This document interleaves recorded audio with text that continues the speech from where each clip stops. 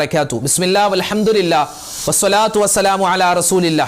ഏറ്റവും സ്നേഹ ബഹുമാനം നിറഞ്ഞ ഉമ്മമാരെ ഉപ്പമാരെ, പരിശുദ്ധമായ പരിപാവനമായ റജബ് മാസത്തിൻ്റെ 29ാമത്തെ രാവിലാണ് നമ്മളെല്ലാവരും ഉള്ളത്.